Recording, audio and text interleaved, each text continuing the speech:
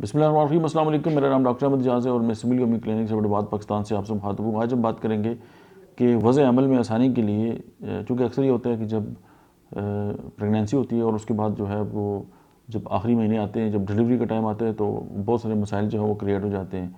चाहे वो ज़ाहिर है किसी वाले से माँ को ख़तरा है, बच्चे को, होने वाले बच्चे को भी जो ख़तरा हो सकता है, या और इस तरह की जो प्रॉब्लम्स है वो आ सकते हैं।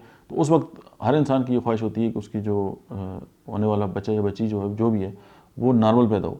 तो होम्योपैथी की जो मेडिसिन है सिमिसिफ्यूगा, अगर आप छठे महीने से इसको आप इस्तेमाल करें, या वो लोग जिनके यहाँ बच्चे जो हैं वो अपाज पैदा होते हैं या एबनॉर्मल जो है वो पैदा होते हैं, सिमिसिफ्यूगा जो है वो 1x में आप इनको इस्तेमाल करें तो आप उसकी हैरान कुन जो है वो असरात देखेंगे। और ये वज़े अमल में भी आसानी के लिए जो है वो बहुत ज़बरदस्त किस्म की मेडिसिन है। इसके साथ आप कायरोफाइलम जो है वो 30 इस्तेमाल कर सकते हैं। Thank you.